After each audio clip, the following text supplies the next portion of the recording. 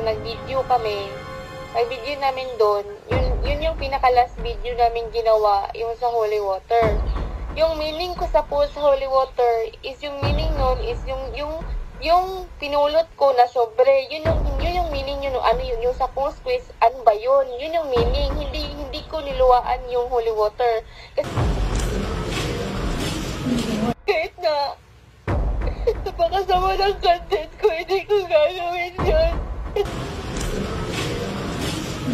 Ako kinausap ni Father kasi galit na galit sa akin.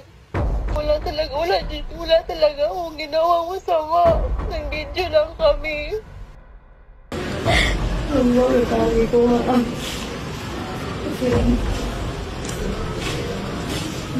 Sino nag-upload? Ako yun sa page namin. Ako yung nag-upload. Ayan. Pauwi na ako, tol. Galing trabaho. Ayan, lakad muna tayo. Palayo-layo yung kanto eh.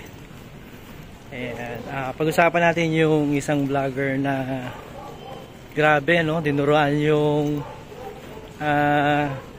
sausawan ng ano, yung holy water dun sa simbahan. Kaya napasara yung simbahan. Grabe yun, ano. Totoo kaya yun? O baka issue lang nila? Parang ano eh. Parang hindi malaman kung ano totoo kasi sumagot na yung gumawa nung pangdudurado sa holy water. Hindi niya raw ginawa, hindi raw niya tinuloy. Pero siguro kayo na ang bahalang humusga doon sa mga video na panood nyo. Grabe yun.